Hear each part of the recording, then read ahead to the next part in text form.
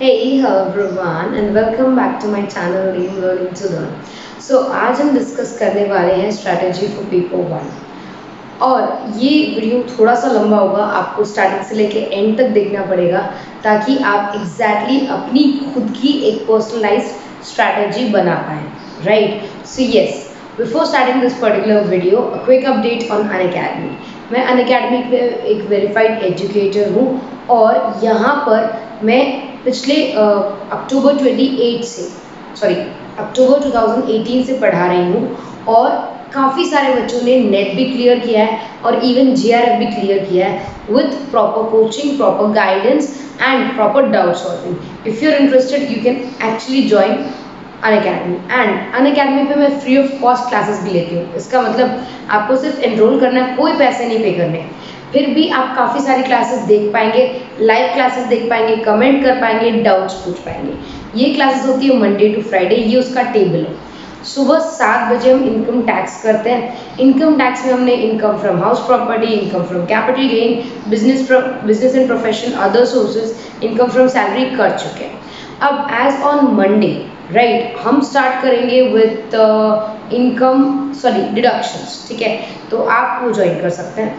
As well as teaching aptitude शाम को 7 बजे पढ़ाती हूँ मैं, और इकोनॉमिक्स रात के 9 बजे।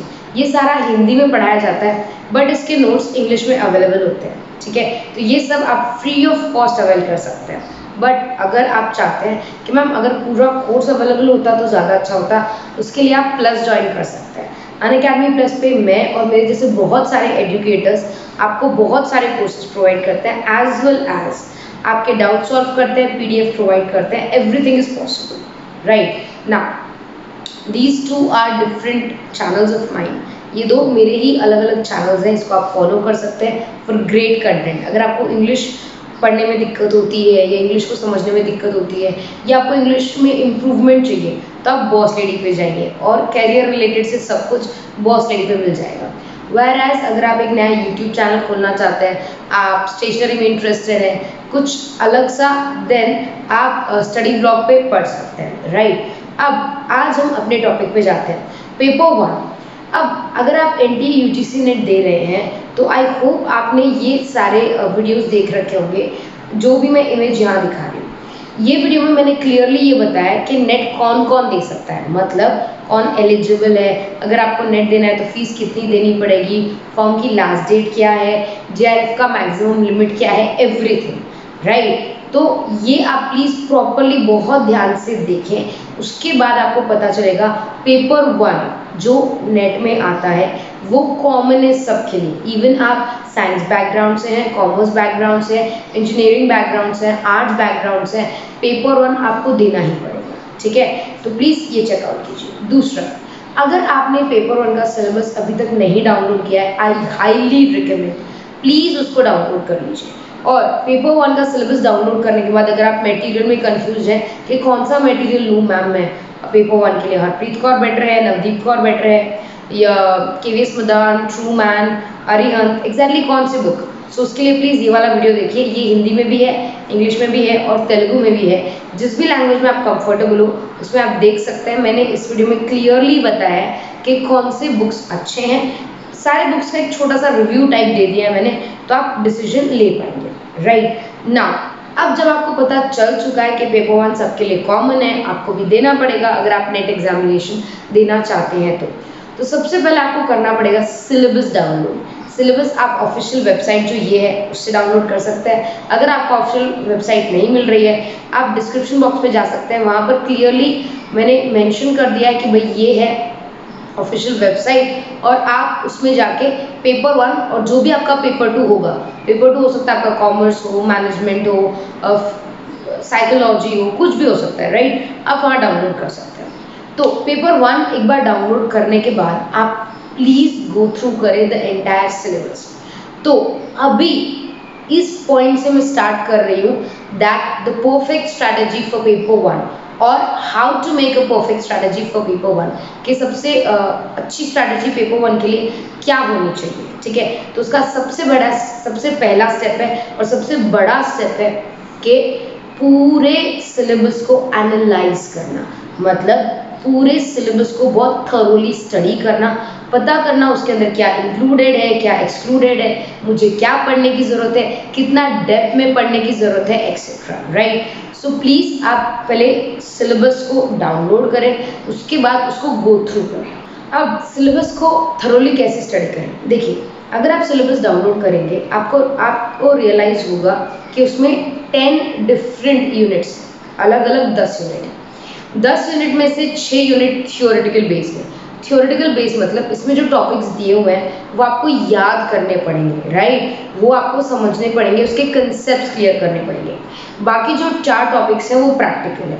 प्रैक्टिकल मतलब उसका आपको रेगुलर प्रैक्टिस करना पड़ेगा। प्रैक्टिस करने के बाद ही आपको वो टॉपिक्स ज़्यादा बेहतर तरीके से समझ में आएंगे, राइट। सो सबसे पहले पेपर को या सिलेबस को एनालाइज कैसे करें? सिलेबस में 6 यूनिट्स हैं जो कि थियोरेटिकल है। यूनिट्स के नाम मैंने यहाँ पर लिख दिए हैं। वो यूनिट्स है teaching aptitude, research aptitude, communication, people environment, higher education, ICT, information and communication technology. ये सारे थियोरेटिकल टॉपिक्स हैं, राइट। अब इसके आगे आते हैं हमारे पास 4 प्रैक्टिकल टॉपिक्स। 4 प्रैक्टिकल टॉपिक्स कौन से? Reading comprehension, data interpretation, logical reasoning और मैथमेटिकल रीजनिंग। सबसे पहले आपको ये समझने की जरूरत है कि आपका एंटायर सिलेबस में क्या है, क्या नहीं है। सबसे पहला ये पॉइंट है। ये पॉइंट जैसे आप क्लियर कर लेते हैं, now you can jump to the next point. The next point, एक बार जैसे आपने पेपर 1 का एनालिसिस या पेपर 1 का सिलेबस का एनालिसिस कर लिया, द नेक्स्ट पॉइंट जो आपको ध्यान रखना है, पूरे सिलेबस को आपको बांटना है। मतलब आपको पूरे सिलेबस को डिवाइड करना है इनटू आइदर 2 कैटेगरीज और 3 कैटेगरीज। 2 कैटेगरीज हो सकती है easy topics and hard topics, या 3 कैटेगरीज हो सकती है easy topics, moderate topics and hard topics, ठीक है। अब क्योंकि आपसे बेहतर आपको कोई नहीं जानता, ये काम आपके लिए कोई और नहीं करके दे सकता। एक सिंपल एग्जाम्पल, जैसे आज तक आपने जितने लोगों के इंटरव्यू देखे होंगे कि हमने पेपर 1 की ये स्ट्रैटेजी की थी, हमने नेट क्लियर करने की ये स्ट्रैटेजी अपनाई थी, मेरा JRF इस स्ट्रैटेजी से क्लियर हुआ था। याद रखें, वो एक डिफरेंट पर्सन है, आप एक डिफरेंट पर्सन हो। उसके लिए वो स्ट्रैटेजी काम कर पाई, ज़रूरी नहीं वो सेम टू सेम स्ट्रैटेजी आपके लिए काम कर पाए, क्योंकि आप लोगों का थिंकिंग अलग होता है, सोचने समझने का ढंग अलग होता है, नज़रिया अलग होता है, तो ऑफकोर्स स्ट्रैटेजी भी अलग होनी चाहिए। इसका एक मैं छोटा सा एग्जाम्पल दे सकती हूँ। जैसे मैं मॉर्निंग पर्सन हूँ। मॉर्निंग मतलब अगर एग्ज़ाम कल है, राइट, और मुझे बहुत सारी पढ़ाई करनी बाकी है, तो मैं सुबह उठ के पढ़ना ज़्यादा सही मानती हूँ, मुझे वो ज़्यादा कंफर्टेबल लगता है, रादर दैन रात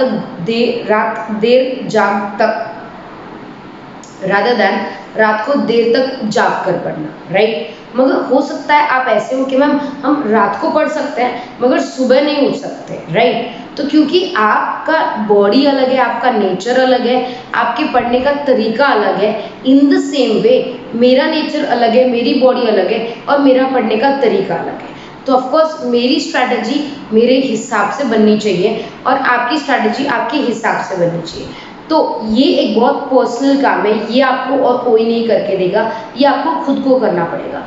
जब आप सिलेबस प्रॉपरली देख लो, आपको पता चल जाए इसमें 10 यूनिट्स हैं, तो 10 यूनिट्स में इजी कौन से हैं, मॉडरेट कौन से हैं, डिफ़िकल्ट कौन से हैं, ये सिर्फ आप जान पाओगे, राइट।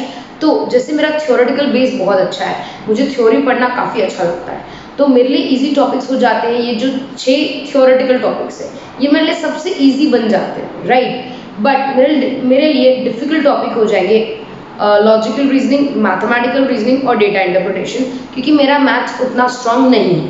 बट ऑफकोर्स मैं कोशिश तो कर ही सकती हूँ, राइट। और मेरे लिए मॉडरेट टॉपिक हो जाएगा रीडिंग कॉम्प्रिहेंशन। क्यों? क्योंकि उसका जितना मैं प्रैक्टिस करूँगी वो उतना मेरे ग्रिप में आता जाएगा। That is one of the easiest topics, right.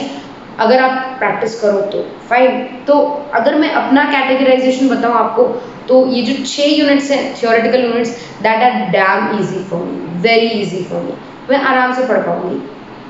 अब मॉडरेट टॉपिक हो जाएगा मेरा रीडिंग कॉम्प्रिहेंशन, क्योंकि उसके लिए मुझे रोज़ प्रैक्टिस करनी पड़ेगी।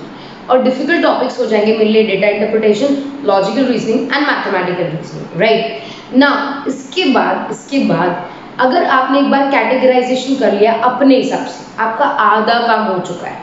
अब आपको फाइनल स्टेप पे जाना है, राइट। बट फाइनल स्टेप में जाने से पहले आपको समझना पड़ेगा कि जो भी आप स्ट्रैटेजी बनाओगे, फाइनल स्टेप क्या है? सबसे पहले फाइनल स्टेप है स्ट्रैटेजी बनाना। बट स्ट्रैटेजी बनाने से पहले अपनी वीकनेस, अपनी स्ट्रेंथ, आप कितनी देर तक पढ़ सकते हो, आप कितनी देर तक फोकस कर सकते हो, आपके फेवरेट टॉपिक्स क्या है, किस टॉपिक्स में आपको ज़्यादा दिक्कत आती है, ये सब आपको पता होना चाहिए। अगर आपको नहीं पता तो ऑफकोर्स बहुत प्रॉब्लम आ जाएगी। मगर क्योंकि आपने ग्रेजुएशन कर रखी है, पोस्ट ग्रेजुएशन कर रखी है, तो आपने 10th, 12th, graduation, post graduation बड़े बड़े एग्जाम्स क्लियर किए हैं, राइट। तो उसमें भी तो आपने पढ़ाई की होगी, राइट। तो आपको पता होगा अपने बारे में। बस सोचिए, समझिए और फिर ये कैटेगराइजेशन करिए। अब एक बार आपने जब ये एनालिसिस कर लिया, अब बारी है स्ट्रैटेजी बनाने की। स्ट्रैटेजी बनाने के 3 तरीके होते हैं। या तो ये जो फर्स्ट तरीका है वो मैं खुद अप्लाई करती हूँ। इससे मुझे क्या फ़ायदा होता है, मैं एक डिफ़िकल्ट टॉपिक और एक इजी टॉपिक एक ही टाइम पे कंप्लीट करती हूँ। इसका मतलब ये नहीं कि मैं दोनों काम एक साथ करूँ, नहीं। अगर मैंने सोच लिया कि भाई टीचिंग एप्टीट्यूड मुझे 20 डेज में कंप्लीट करना है, तो मैं क्या करती हूँ, टीचिंग एप्टीट्यूड प्लस कोई डिफ़िकल्ट टॉपिक जैसे रीडिंग कम्प्रिहेंशन हो गया या डेटा इंटरप्रिटेशन हो गया, वो भी मैं साथ में उसको इंक्लूड करूँगी। सुबह टीचिंग एप्टीट्यूड पढ़ूंगी तो शाम को डेटा इंटरप्रिटेशन पढ़ूंगी या रीडिंग कॉम्प्रिहेंशन पढ़ूंगी, और दोनों को एक ही टाइम फ्रेम में ख़त्म करने की कोशिश करूंगी कि 20 दिन में मुझे टीचिंग एप्टीट्यूड और डेटा इंटरप्रिटेशन दोनों कंप्लीट करना है। इससे क्या होता है कि अंत में बहुत ज़्यादा डिफिकल्ट टॉपिक्स मेरे पास नहीं बचते, सब कुछ स्मूथली चलता रहता है। इजी टॉपिक्स भी चलते रहते हैं, डिफिकल्ट टॉपिक्स भी चलते रहते हैं। ये मैं फॉलो करती हूँ, ज़रूर नहीं आप भी यही फॉलो करें। अगर आपको ये सही लगता है तो आप फॉलो कर सकते हैं। दूसरा तरीका होता है इजी काम पहले कर लेना। इससे क्या होता है, सबसे पहले क्योंकि वो इजी काम है, इजी टॉपिक से आपको अच्छे लगते हैं, आप बहुत जल्दी निपटा पाएंगे उसको। और जैसे ही आप इजी वाले निपटा लेंगे तो सिर्फ डिफिकल्ट वाले रहेंगे। इसमें क्या होता है, आपका ब्रेन किस तरह काम करता है कि देख 60% कोर्स तो हो चुका है, अब सिर्फ 40% करना है, तो इसमें दिक्कत नहीं आनी चाहिए। तीसरा तरीका होता है जो इन दोनों से एकदम अलग है, that is doing difficult first and going to easy later. इसका मतलब जो सबसे डिफिकल्ट टॉपिक्स हैं वो सबसे पहले हम निपटाएं, राइट, उसके बाद हम इजी टॉपिक्स पे जाएं। मैं फर्स्ट वाला प्रेफर करती हूँ जहाँ पर मैं एक इजी और एक डिफिकल्ट एक साथ लेके चलती हूँ, ताकि मेरा टाइम भी बचे, मेरे डिफिकल्ट टॉपिक्स भी क्लियरली होते रहें, राइट। आपको इन तीनों में से जो भी सही लगे, that is mix and match, difficult and easy both, easy first और डिफिकल्ट फर्स्ट, जो भी आपको सही लगे आप उसको फॉलो कर सकते हैं। बट मैंने काफ़ी बच्चों को ये बोलते हुए देखा है, स्ट्रैटेजी बनाते वक्त आपको कुछ बातों का ध्यान रखना चाहिए, ठीक है। पहली बात, स्ट्रैटेजी सिर्फ एमसीक्यू सॉल्व करने से नहीं होती। इसका मतलब मैंने काफ़ी बच्चों को ये कहते सुना है कि मैम पिछले 10 साल के क्वेश्चंस कर लेते हैं, हो जाएगा नेट क्लियर। नहीं होगा, क्योंकि अगर आप नेट के प्रीवियस ईयर पेपर्स देखेंगे तो एक भी क्वेश्चन वैसे का वैसा रिपीट नहीं होता। टॉपिक्स रिपीट होते हैं बट क्वेश्चंस रिपीट नहीं होते। तो अगर आप एक क्वेश्चन करते भी हो तो कोई गारंटी नहीं कि वही का वही क्वेश्चन नेक्स्ट टाइम भी आएगा एग्जाम में, और बाई चांस आ भी गया और थोड़ा घुमा के पूछा, आप कंफ्यूज हो जाओगे। ये सही स्ट्रैटेजी नहीं होती कि मैम पिछले 10 साल के क्वेश्चन पेपर्स कर लेते हैं, पास हो जाएंगे। ये एक स्टूपिड आइडिया है, मैं सीरियसली बोल रही हूँ, आपको ऐसा नहीं करना चाहिए। आपको सबसे पहले थ्योरी पूरी करनी चाहिए, उसके बाद एमसीक्यूज की तरफ जाना चाहिए। तो सबसे पहले ये धारणा जो आपने बना रखी है, या ये सोच जो ये कहती है कि आप 10 साल के पेपर कर लो आपका पेपर क्लियर हो जाएगा, नहीं होगा, बहुत डिफिकल्ट है। पहली बात, ठीक है, ऐसी बात किसी की ना सुने और ऐसी बात अप्लाई ना करें, आपका बहुत नुकसान होगा। दूसरा, जब आप सिलेबस को देखते हैं तो आपको किस तरह अपना थ्योरी कंप्लीट करना चाहिए। आपको जो भी बुक्स अवेलेबल हो, भले नवदीप मैम की बुक हो, हरप्रीत कौर की बुक हो, केवीएस मैदान की बुक हो, ट्रूमैन, अरिहंत, एनी बुक जो आप प्रेफर करते हो, वो ऑनलाइन कंटेंट जितना आपको मिल सकता है उतना आप उसको गैदर करने की कोशिश करो और उस टॉपिक को कंप्लीट करने की कोशिश करो कि इस टॉपिक में से मेरा एक भी पॉइंट छूटना नहीं चाहिए, राइट। एक बार जैसे मैंने टीचिंग एप्टीट्यूड स्टार्ट किया तो मैं सबसे पहले सारी बुक्स में जितने भी टॉपिक्स हैं पहले वो क्लियर करती हूँ, फिर कुछ टॉपिक्स अगर मुझे नहीं मिले बुक्स में, मैं ऑनलाइन ढूंढती हूँ और जैसे मुझे लगता है कि हाँ मैंने सारे टॉपिक्स क्लियर कर लिए हैं, मुझे सारे टॉपिक्स समझ आ चुके हैं, मेरे कंसेप्ट क्लियर हैं, कोई कंफ्यूजन नहीं है, अब मैं करूँगी प्रीवियस ईयर क्वेश्चंस। सिर्फ 1 साल के नहीं, पिछले 5 साल के प्रीवियस ईयर क्वेश्चंस या पिछले 10 अटेम्प्ट के प्रीवियस ईयर क्वेश्चंस। इससे मुझे 2-3 फायदे होंगे। सबसे पहले तो ये मुझे पता चल जाएगा कि हाँ जो मैंने पढ़ा है क्या वो एक्चुअल में मुझे समझ आया है, उससे रिलेटेड अगर एग्जाम में क्वेश्चंस इस तरह के आते हैं तो क्या मैं सॉल्व कर पाती हूँ, पहला। दूसरा, इससे कॉन्फिडेंस इंक्रीज होगा अगर मेरे क्वेश्चन सॉल्व होते जा रहे हैं तो, ठीक है। अगर बाई चांस क्वेश्चन सॉल्व नहीं हो रहे हैं, इसका मतलब मेरे कंसेप्ट कहीं ना कहीं क्लियर नहीं है, कहीं ना कहीं मैं गलती कर रही हूँ, कहीं ना कहीं मैंने याद नहीं किया, राइट। तो इससे मुझे मेरी खामियां भी पता चलेंगी। एज वेल एज मुझे एक और बात पता चलेगी कि एनटीए पिछले सालों में कौन से टॉपिक्स पे ज़्यादा जोर देता है, ज़्यादा फोकस करता है और ज़्यादा टॉपिक्स पे से क्वेश्चंस लेकर आता है, ताकि मैं उस पर थोड़ा सा ज़्यादा फोकस कर पाऊँ, राइट। एक बार प्रीवियस ईयर क्वेश्चन कर ले, उसके बाद क्या, उसके बाद जितने एमसीक्यूज आप सॉल्व, आपको वो सारे एमसीक्यू सॉल्व करने चाहिए जितने पॉसिबल हैं। कोई मॉक टेस्ट है, कोई और टेस्ट है, ऑनलाइन एमसीक्यूज अवेलेबल हैं, आपको वो सारे सॉल्व करने चाहिए। वो सच में आपकी बहुत मदद करेंगे, राइट। तो इस तरह से आप अल्टीमेटली अपना पेपर 1 को क्रैक कर पाएंगे। ये पेपर 1 के लिए सबसे सही सटीक स्ट्रैटेजी रहेगी आपके लिए, जो आप खुद बनाएंगे, जिसमें आप देखेंगे कि आपके स्ट्रॉन्ग पॉइंट्स क्या हैं, डिफिकल्ट पॉइंट्स क्या हैं और किस तरह से आपको ये पूरा जर्नी या ये पूरे टॉपिक्स या ये पूरा सिलेबस कंप्लीट करना है, राइट। आई होप आपको ये वीडियो अच्छा लगा हो। ये सेम वीडियो मैंने इंग्लिश में अपलोड कर दिया है, अगर आपको पसंद आए तो आप देख सकते हो इंग्लिश में भी।